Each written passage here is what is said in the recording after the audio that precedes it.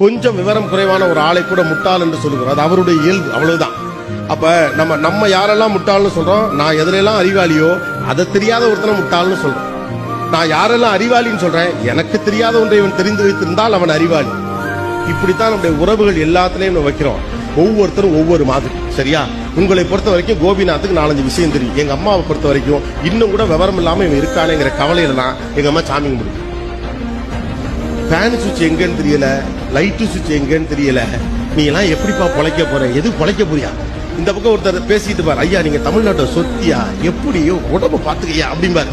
இந்த பக்கம் என்னடா பேசுறது புரியுற மாதிரியே பேச மாட்டேங்கிறாங்க. That is that understanding. Okay, எதையாவது புரியுற மாதிரி பேசுறியா அப்படிங்கிறது.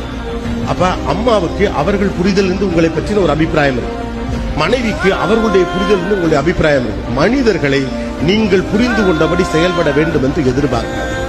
அப்படி எதிர்பார்க்கிற காரணத்தினால்தான் உங்கள் நம்பிக்கையில் இருந்து அல்லது உங்களுடைய புரிதல், இந்த நம்பிக்கை கூட வேற, புரிதலில் இருந்து அவர்கள் வேறுபட்டு நிற்கிற போது அவர்கள் வில்லங்கமான மனிதர்களாக மாறுகிறார்கள்.